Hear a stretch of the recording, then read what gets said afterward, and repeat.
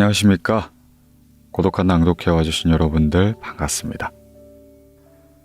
오늘 고독한 낭독회에서는요, 일본사 다이제스트 100이라는 책 준비하였습니다. 한국 역사에 대한 책을 접하면서 문득 이웃나라인 일본에 대한 역사가 자연스럽게 관심이 가지기 시작했는데요. 오늘 읽어드릴 일본사 다이제스트 100은 일본사에서 정기를 잃은 100대 사건을 뽑아 시대순으로 정리한 책입니다. 지금의 일본을 만든 100가지의 사건들이 서술되어 있는데요. 일본 열도의 탄생부터 거품 경제의 붕괴까지, 일본의 고대부터 현대까지의 사건들을 만나볼 수 있습니다.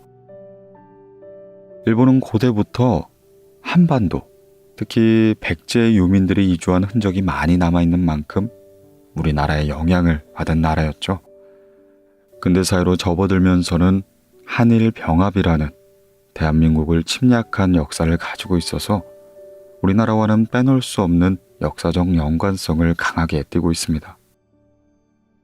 역사를 배우는 이유, 목적은 무엇일까요? 과거의 일을 거울 삼아 보다 좋은 미래를 설계하기 위함일 것인데요.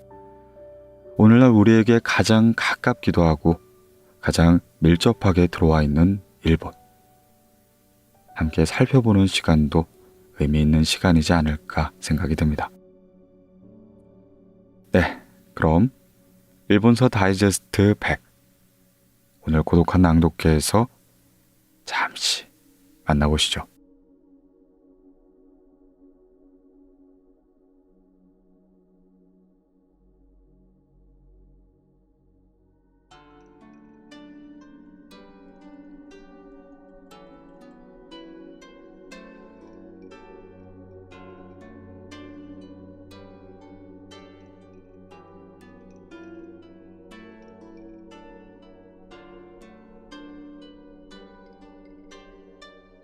일본 전국 통일의 가닥, 오다 노부나가의 등장. 전국시대 100여 년의 혼란을 종식시킨 사람은 오다 노부나가, 토요토미 히데요시, 도쿠가와 이에야스 세 사람입니다. 일본사에서는 드문 영웅으로 각각 다른 성격을 갖고 있죠. 세 사람을 상징적으로 비교하는 이야기가 있습니다. 좀처럼 울지 않는 새를 울게 하라고 한다면 오다 노부나가는 새에게 울라고 명령을 한 다음 그래도 울지 않으면 그 자리에서 칼로 목을 베어버립니다. 도요토미 히데요시는 온갖 방법을 써서 울도록 만들고 도쿠가와 이에야스는 울 때까지 기다린다는 것이었죠. 이 일화에서처럼 오다 노부나가는 불같은 성격으로 낱마처럼 뒤엉킨 전국시대의 통일 가닥을 잡습니다.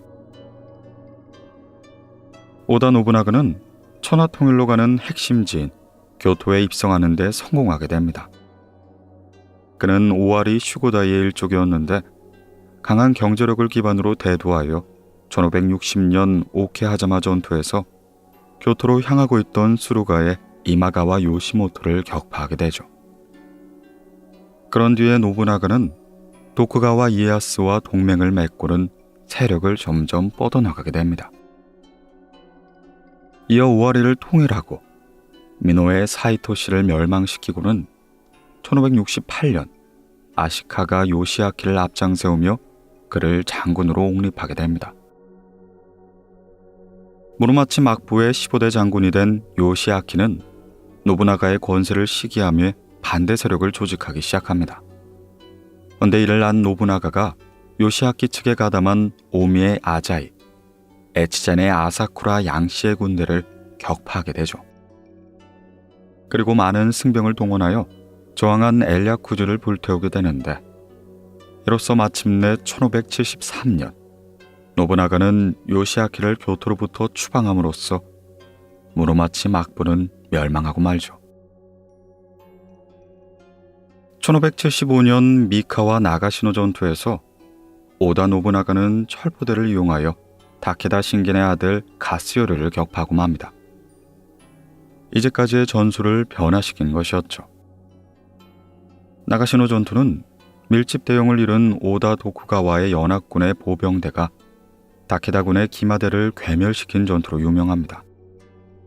이 전투에서 오다군은 대포라고 하는 화승총으로 무장했고 장애물을 설치한 뒤 약 3,000여 명의 대포 부대를 배치함에 다케다군의 기마대를 조준 사격하는 전술을 구사했습니다. 오다 노부나가가 대포 부대로 대승리한 이후 당시 다이모의 병제와 전술이 획기적인 전환을 맞게 되죠. 오다 노부나가는 대사원, 신사 세력이나 다이모들의 경우 압도적인 우세한 병력을 갖고 단숨에 적들을 쓰러뜨렸습니다. 허나 넓은 지역에 걸쳐 남녀 민족이 단결한 농민 봉기 세력이었던 이코이키 세력은 평정하기가 어려웠습니다. 보는사의 문주 겐유는 1570년 전국의 문도들에게 노부나가에게 대항할 것을 명하게 되죠. 이후 노부나가와 이코이키의 지루한 싸움이 계속되게 됩니다. 결국 1574년 이세 나가시마의 이코이키를, 1575년 에치잔의 이코이키를 평정하게 됩니다.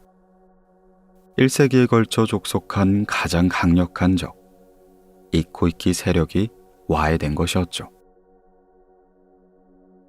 한편 오다 노부나가는 중세 질서를 부정하고 새로운 지배 질서를 창출하고자 했습니다. 무사와 상공인의 도시 집주를 추진하며 근세적 도시 창출을 준비했죠. 영주에겐 토지의 생산량을 신고하도록 하고 토지의 지배자, 경작자, 경작 면적, 생산량을 정확히 파악하고자 했습니다. 1576년부터는 교통의 요지 오미 지역에 거대한 아즈치 성을 건설하기 시작했습니다.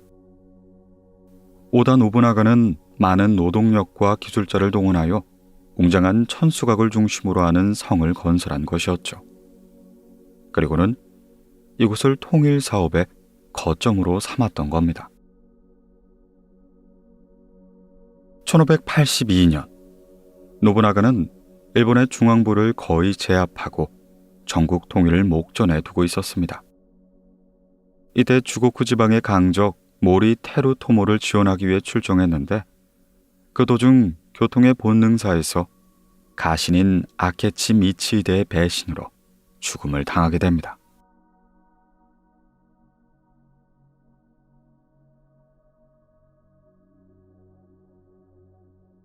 아즈치 모야마 시대, 도요토미 히데요시의 전국 통일.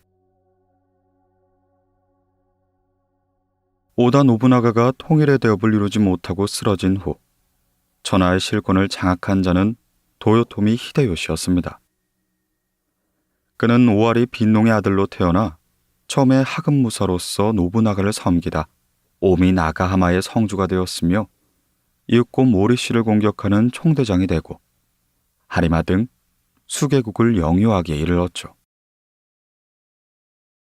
오다 노부나가가 사망하였을 때 도요토미 히데요시는 비추의 다카마츠 성에서 모리군을 공격하고 있었습니다. 노부나가가 사망했다는 소식이 듣자 도요토미 히데요시는 즉시 강한을 맺은 후에 군대를 이끌고는 회군하게 되죠. 이윽고 교토의 서쪽 야마자키 싸움에서 오다 노부나가를 죽인 야케치 미치히데를 격파한 뒤 노부나가의 유업을 계승하고 맙니다. 이로써 도요토미 히데요시도 천하통일의 발판을 마련한 것이었죠. 이어 1583년 노부나가의 중신인 시바타 카치에를 멸망시키고는 노부나가의 삼남 노부타가를 자살케 했습니다. 그의 오사카 이시야마에 웅장한 오카사성을 구축하며 전국 제패의 본거지로 삼기 시작했죠.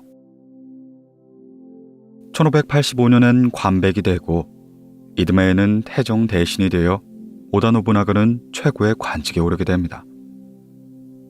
이어 조정으로부터 도요토미의 성을 받아 도요토미 히데요시라 불리게 된 것입니다.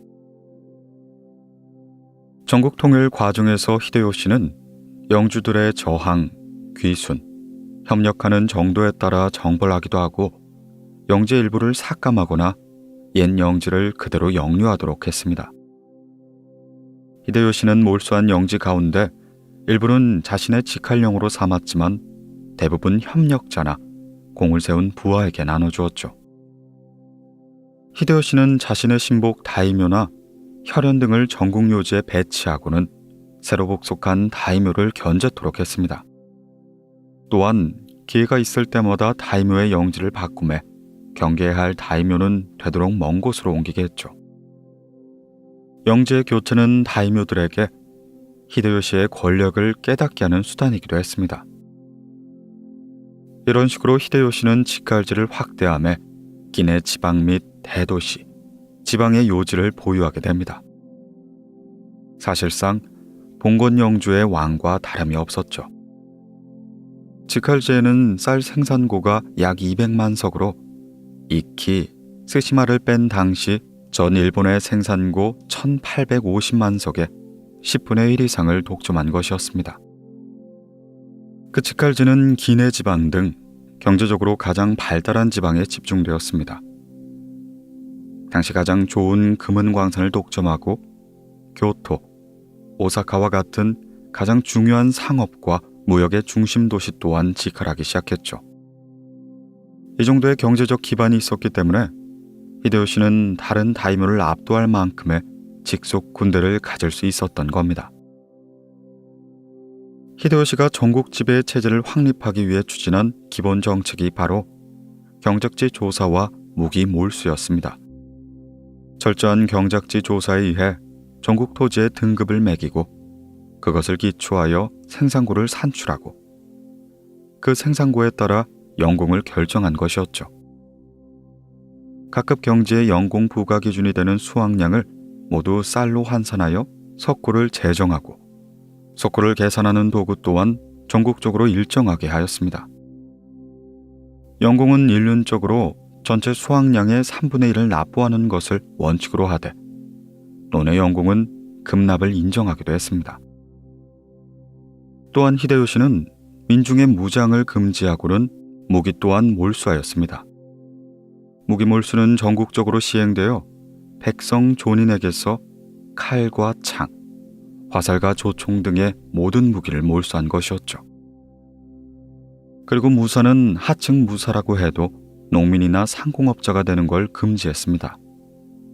이들은 촌락으로부터 분리하여 성 아래의 도시에 거주하도록 했죠.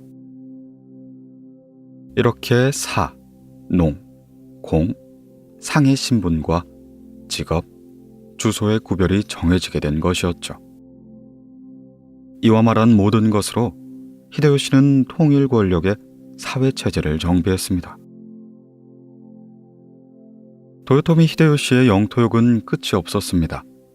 그는 전국 평정의 대업을 진행됨에 따라 유구와 대만, 필리핀까지 정복하게 됩니다. 또한 조선과 명나라까지 복속시키려 꿈꾸고 있었죠. 남방원정은 공상으로 끝났지만 명왕조 정복 계획은 전국 통일 직후부터 구체화되기 시작합니다.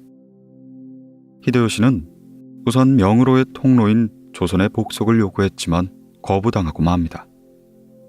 하여 1592년 4월 조선 원정을 개시하게 되죠. 처음에는 연정연승하며 선봉인 부산에 상륙한 뒤에 한 달도 안 돼 수도 한성을 점령하고는 평양까지 공략하였습니다. 너무도 쉽게 한성을 점령했다는 보고를 받은 히데요시는 조선 전체는 물론 명을 점령하는 건 시간 문제라 생각했죠. 허나 이순신에게 해군이 전멸당하고는 제해권이 빼앗기면서 전선은 곧 교착 상태에 빠지게 됩니다. 일본군은 식량의 현지 약탈도 불가능해지고 사실상의 정전이 이루어지게 됩니다. 협정에 따라 일단 휴전이 성립되었으나 1597년 히데요시는 재출병하게 되죠. 하지만 1차 때와 달리 조선에게 고전하게 되었고 이듬해 히데요시가 병사함에 따라 일본군은 철수하고 전쟁은 종결되게 됩니다. 임진왜란에서의 실패로서 그의 시대는 끝이 나게 되고 천하는 끈질기게 기다려온 도쿠가와 이에야스에게 돌아가게 되죠.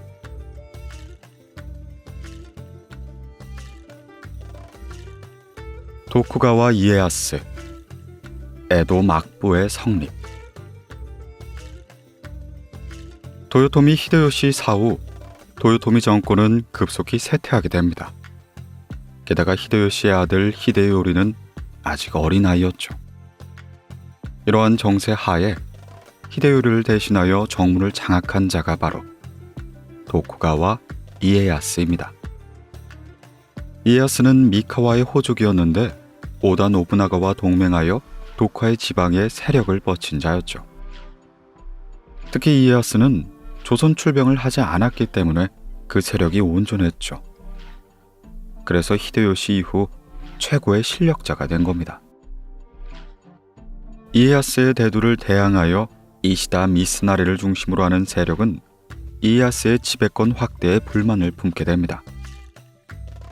고니시 유키나가, 모리 테루모토, 시마즈 요시히로와 더불어 이에야스를 타도하려고 합니다. 이에 대해 이에야스는 후쿠시마 마사노리, 가토 기묘사마, 그로다 나가마사와 동맹을 하게 되죠. 1600년 양자는 민노의 세키가하라 전투에서 격돌하였으나 이에야스 측의 승리로 패권을 장악하게 됩니다.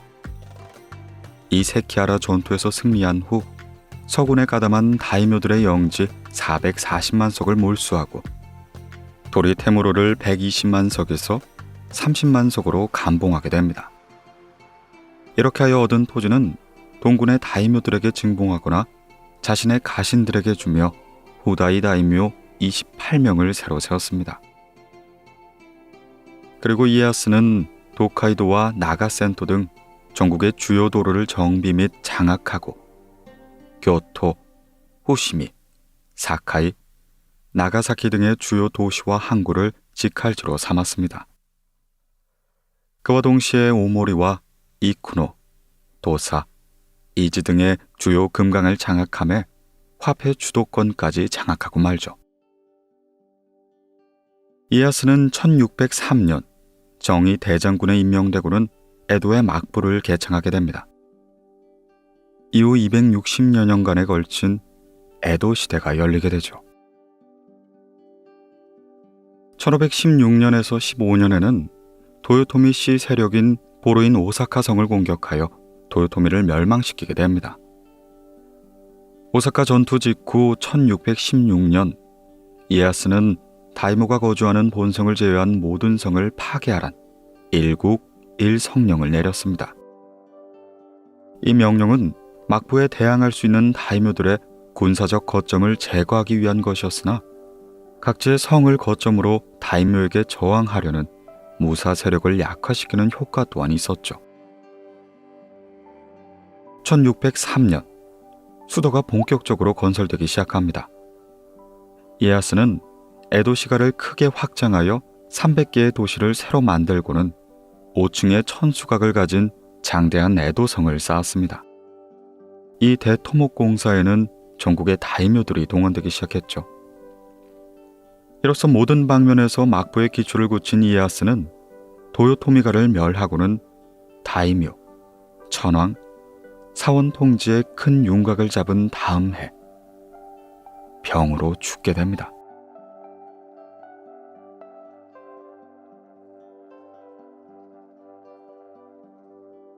막번 체제, 쇼군과 다이묘. 막부의 장군과 지방의 번주인 다이묘가 주종 관계를 맺어 토지와 인민을 지배하는 체제를 막번 체제라고 합니다. 이 막번 체제는 조세를 부감하는 농민을 기초로 하고 산농, 공상 등의 엄격한 신분제에 의해 질서화되었죠. 장군은 형식적으로 천황으로부터 임명되지만 실제는 일본의 지배자였습니다. 이 장군의 권력은 역대 막부의 장군과는 비교되지 않을 정도로 강력한 것이었죠. 토지와 인민에 대한 전제적 지배권이 있었으니까요.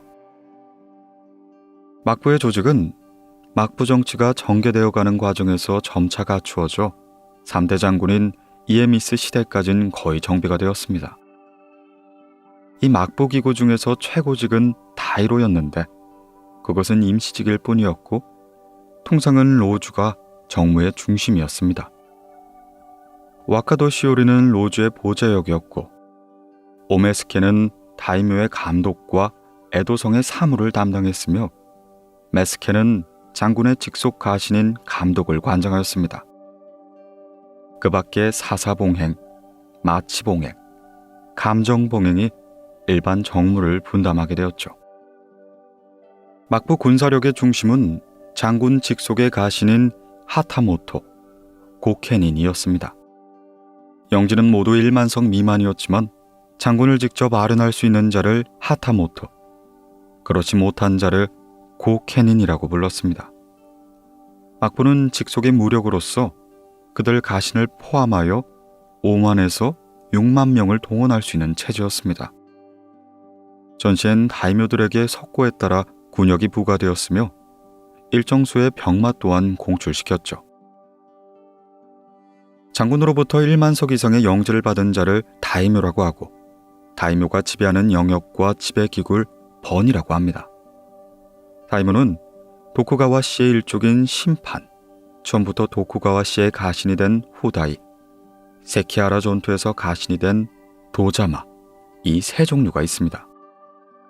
막부는 다이묘를 통제하기 위해 그 배치에 신중을 기하여 심판, 후다이 다이묘를 관동과 전국 요지에 두고 유력한 도자마 다이묘는 에도로부터 먼 지역에 배치하게 됩니다. 막부의 요직에는 후다이 다이묘를 임명하고 도자마 다이묘는 정치에 참여시키지 않았죠. 막부는 1615년 일국엔 일성만 보유하라는 영을 내리고는 다이묘의 거성회의 모든 성은 파괴시키게 됩니다. 또 이에 다이묘의 통제의 기본법인 무가 제법도를 공포하여 다이묘들이 지켜야 할 법을 제시했죠.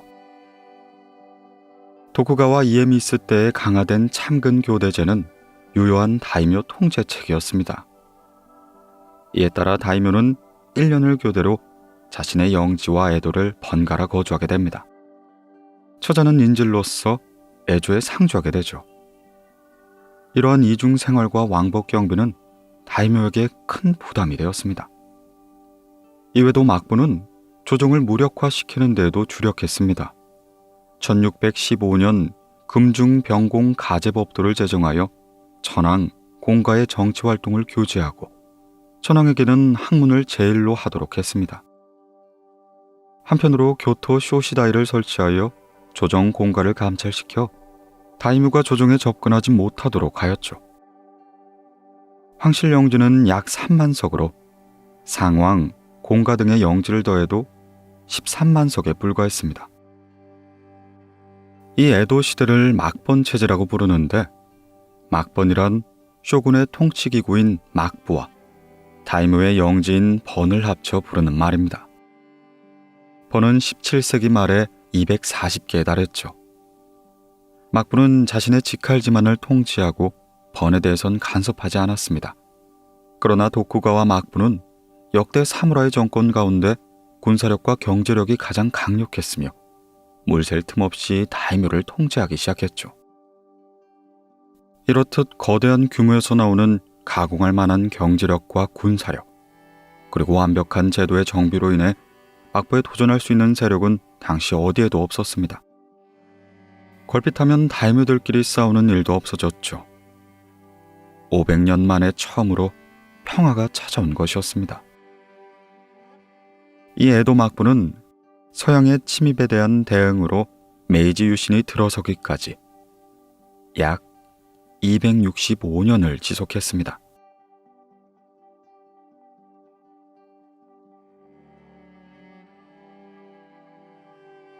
아코성 주군의 복수 사건, 평화시대의 무사도 47인 사무라이의 충신들. 에도 시대에 들어와 평화가 오래되고 전투의 실전 경험이 있는 세대가 사라지면서 무술연마는 실제적 전투 능력이 아니라 무사적 기지를 창조하기 위한 행동 지침으로 권장되었습니다. 더불어 충실과 복종, 근엄, 질박 등이 강조되게 됐죠. 그러나 무사도가 평화의 시기에 맞게 잘 다듬어지긴 했지만 전쟁이 일어나던 사회 체제나 윤리 체계에 부합한 것이었지 평화와 질서가 자리 잡은 복잡한 사회와 정치 구조의 정신윤리로선 부족한 것이었죠. 막부는 통치자로서 인민과 무사를 다스리기 위해 보다 폭넓은 이데올로기가 필요했고 주자학을 받아들이게 됩니다. 이에 따라 전쟁터에서 무사들의 삶을 생생하게 반영하게 되면서 무사의 도덕은 유교적 색채를 띠게 되었죠. 무사계급의 모든 성원은 가족이나 주군, 사회에 대한 의무감을 갖도록, 그리고 신분에 따른 의무에 맞춰 살아가야 한다는 교훈을 받게 됩니다. 그래서 오늘날 우리가 알고 있는 의리와 수치라는 관념이 발달하게 된 것이었죠. 유교는 주군에게서 입은 은혜를 갚기 위해선 배반하지 않고 충성해야 한다는 근거, 의리의 관념을 제공했습니다. 또한 의무감에서 나오는 어떤 힘의 상태랄지 행동을 하게 하는 힘인 추행력을 발달시켰죠. 이 때문에 일본인은 자기의 특정한 의무를 다하지 못하는 지옥을 면하기 위해 열심히 노력해야 했습니다. 사회가 자기에게 기대하는 만큼의 일을 성취하여 명예를 얻어야만 한 것이었죠. 에도 막부 시대의 유학의 수용에 의해 의리와 수치, 예민함과 의무감, 명예의식 또한 전란의 시대보다 훨씬 더 보편화되었습니다. 이것은 무사뿐만 아니라 모든 계급에서 파급되기 시작했죠. 그리고 오늘날 일본 사회에서도 가장 중요한 가치로 발전되게 됩니다. 여기서 의무감, 명예의식, 의리, 수치를 느끼는 대상은 주군이었지만 더 넓게 말하면 사회라고 할 수 있습니다. 다시 말하면 나의 외부에서 존재하는 집단이지 진리는 아닌 셈이었죠. 에도시대 1704년에 일어났던 47인의 사무라이가 주군의 원수를 갚는 복수 사건을 보면 에도시대에 발전시켰던 의리 등의 관념이 무엇인지 이해할 수 있을 겁니다. 1704년 아코성 성주 아사노 나가노리는 참근 교대 제도에 따라 자신의 성을 떠나 에도에 기거하고 있었습니다. 아사노는 막부 고관인 기라 요시나카의 지휘 아래 일하고 있었으나 기라와의 의견 충돌로 싸움 끝에 기라에게 상처를 입히게 되죠. 그리고 당시의 법도에 따라 성 안에 칼을 뽑은 무사는 자결하라는 엄명을 받게 됩니다. 그렇게 억울하게 세상을 떠나게 되죠. 에도 시대의 무사들은 과잉된 전투 정신을 억누르기 위해 성 안에서 칼을 뽑는 걸 금하고 있었습니다. 칼을 뽑았을 경우 할복하도록 법으로 규정했던 것이었죠. 오이시 쿠라노스케를 비롯한 아사노의 부하들은 주군을 잃고 일자리도 없는 낭인이 되었습니다. 하지만 주군의 복수를 맹세한 뒤 때를 기다리며 흩어져 살며 가난과 외로움을 견뎌야만 했죠. 쿠라노스케는 주색에 빠진 폐인처럼 생활했고 다른 부하들 역시 역경을 기다리기만 했습니다. 그리고 드디어 약속한 날, 주군을 죽게 한 기라의 목을 베고는 주군의 무덤 앞에 바치고 향을 피우게 됩니다. 그러고 나서 47인의 사무라이들 역시 막부에 할복하라는 명령을 받고는 모두 할복하게 됩니다. 이 47인의 사무라이 이야기는 당시 에도시대 사람들에겐 엄청난 감동을 이끌었고 실제로 막부의 관료조차 그들의 의리를 칭찬하며 구명을 주장했을 정도로 여파가 참 대단했습니다. 1704년이면 전란의 시대가 끝난 지 100여 년이 지났고 실제로 당시 사람들은 전투의 경험이 전무한 채로 전란의 시대를 살았던 무사들의 생생한 이야기를 말로만 듣던 시기였죠. 이러한 시기에 47인의 사무라이들이 정의감으로 단결하여 뜻을 이루는 강력한 충의가 에도 사람들의 온갖 감수성을 자극시켰던 것이었습니다. 이것은 곧 추신구라라는 이름으로 작품화되어 1748년 공전의 대인기를 누렸습니다. 지금까지도 공연만 하면 언제라도 대성황을 이루기 때문에 극단 기사회생의 특효약이라 불릴 정도였죠. 여기서 일본인의 충의와 의리는 주군과 신하 사이의 약속에 집중되어 있습니다. 주군이 얼마나 옳은지 그른지에 대해 많은 관심을 기울이지 않죠. 에도 시대 유학의 수용을 통해 발전시켰던 의무감, 명예의식, 의리, 수치라는 관념은 보편적인 진리이기보단 집단 속에서 존재하는 윤리인 셈이었죠.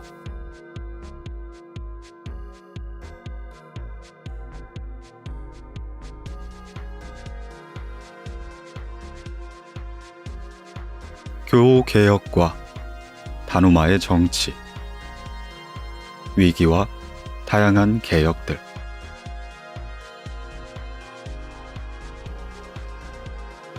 18세기 초 상품 경제가 발달함에 따라 막부와 번외 지출이 증가하여 재정은 점차 궁핍해져 갔습니다.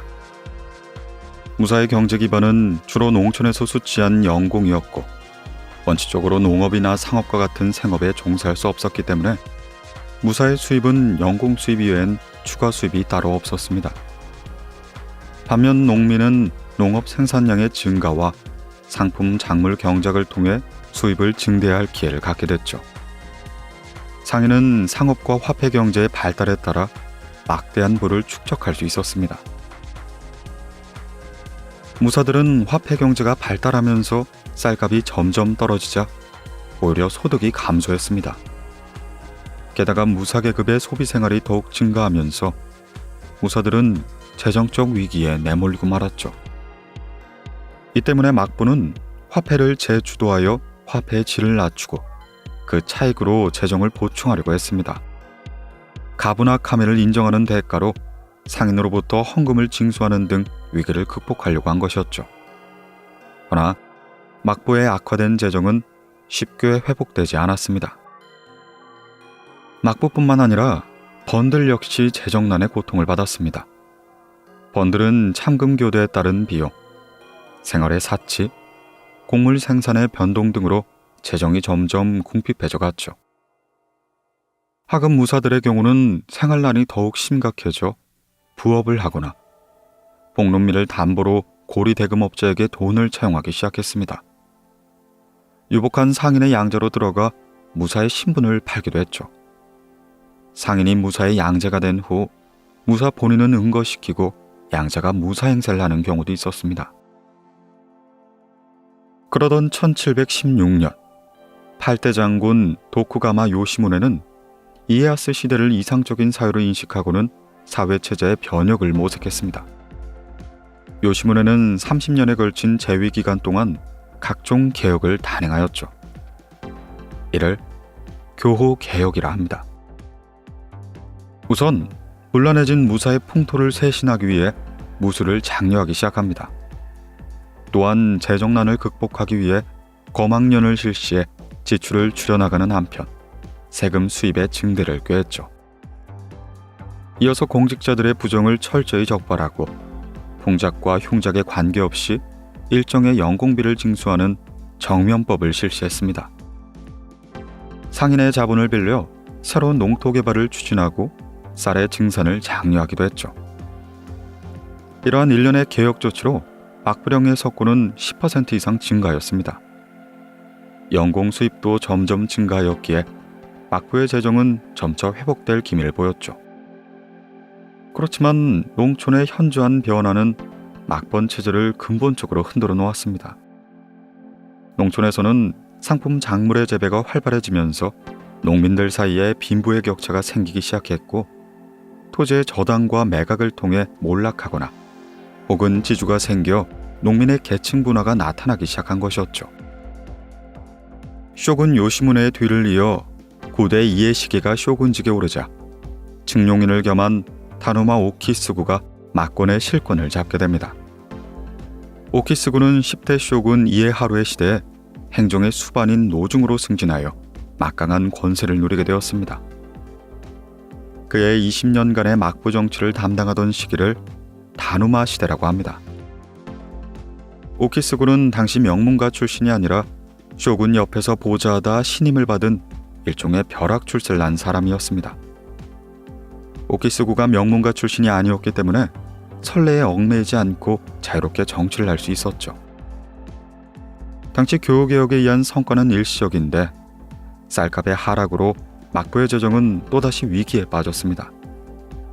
이때 오키스구는 요시무네의 건축 정책과는 반대로 상인의 힘을 적극적으로 이용해 타개하고자 했죠.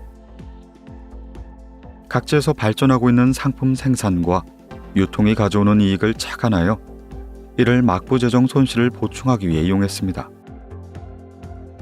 하지만 다누마의 정치는 상인들의 경제력을 이용해서 상품 경제가 가져온 이익으로 재원을 확보하려 했지만 결국 개혁은 하지 못한 채 상업자본의 이익을 증가시켰을 뿐이었습니다. 결국 다누마 오키스구의 시대는 금방 무너지고 맙니다.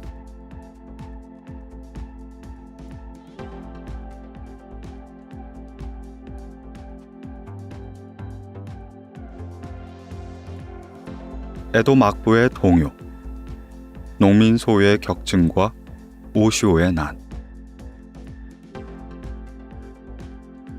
막부와 재본의 재정난이 심각해지자 오히려 그러한 타격은 농민에게 미쳐 조세 부담이 늘게 됐습니다. 농민들은 기본적인 생활조차 압박을 받고 궁핍해져만 갔죠. 게다가 상업자본이 급속하게 침투하면서 농촌에선 빈부의 차가 더욱이 심해졌습니다. 결국 농민층의 해체가 진행되고 맙니다. 농민들은 토지를 매각하거나 저당을 잡혀 돈을 빌리게 되었고 이후에 갚지 못하게 되자 소작인으로 전략하는 자들이 늘어났습니다. 농민은 생활에 심각한 타격을 받았죠. 이 때문에 연공 감면을 요구하는 등의 농민의 저항과 봉기가 각지에서 일어나고 맙니다. 이전에 농민 봉기는 영주에게 연공 감면을 요구하고 받아들여지지 않으면 직소하거나 도망하는 등의 형태가 주였습니다. 허나 이때부턴 광범한 농민이 참가하여 영주에게 압력을 넣는 일이 많았죠. 에도 시대를 통해서 농민의 이키는 3,200여 건이 이르는데 대부분 18세기 초반 이래 집중적으로 발생했습니다. 이러한 농민의 이키가 빈바람에 따라 막번 체제의 기초는 점차 흔들리기 시작했죠. 19세기 중반에 들어서면서 더욱 상황은 험악해져 갑니다. 극심한 흉작이 계속되었고 농촌에서는 굶어 죽는 사람이 점점 늘어났죠. 낙태는 물론 2~3명 이상의 자식이 태어나자마자 즉시 살해해버리는 비참한 일들 또한 일어났습니다. 농민은 도산하여 농촌은 황폐해졌고 농민의 봉기는 빈번하게 발생한 거였죠. 이러한 분위기 하에 1837년 막부의 전직 관리였던 오시오 헤이하치로가 난을 일으켰습니다. 유명한 양명학자이기도 했던 그는 대기근으로 고통받는 오사카 근교 민중들의 처지를 가슴 아파하며 막부 관리에게 구제를 청원하였으나 거절당하고 맙니다. 그래서 그는 자신의 장소를 팔아서라도 빈민을 구제하려고 했지만 개인의 힘으로 역부족임은 통감하고 있었죠. 이때 막부의 담당 관리는 빈민의 처지는 아랑곳하지 않고 특권 상인이 미국을 매점매석하는 거에 대해 방관하는 자세를 취했습니다. 이에 격분한 오시오는 제자와 농민, 도시 빈민 등 약 300명과 함께 호상을 습격할 계획을 세웠습니다. 오시오의 반란은 겨우 몇 시간 만에 진압되었고 오시오는 한 달 넘게 도피 생활을 하다 결국 자결을 택했습니다. 오시오 헤이아치로의 난은 하루 만에 진압되었지만 막부 전직 관리가 무장 봉기를 일으켰다는 점에서 막부와 재본이 받은 충격은 이루 말할 수 없을 정도였죠. 이 난리로 오사카 시내는 불탔지만 난리로 집이 불탄 사람들조차 그를 신처럼 받들었습니다.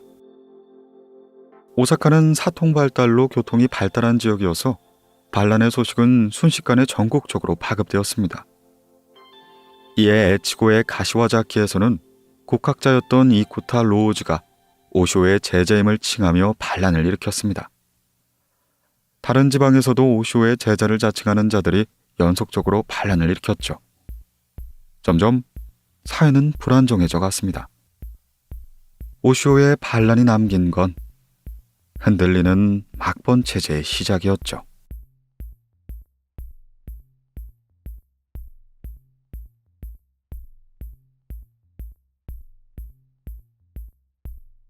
템포 개혁의 좌절과 웅번의 태도, 막부 재건의 마지막 몸부림.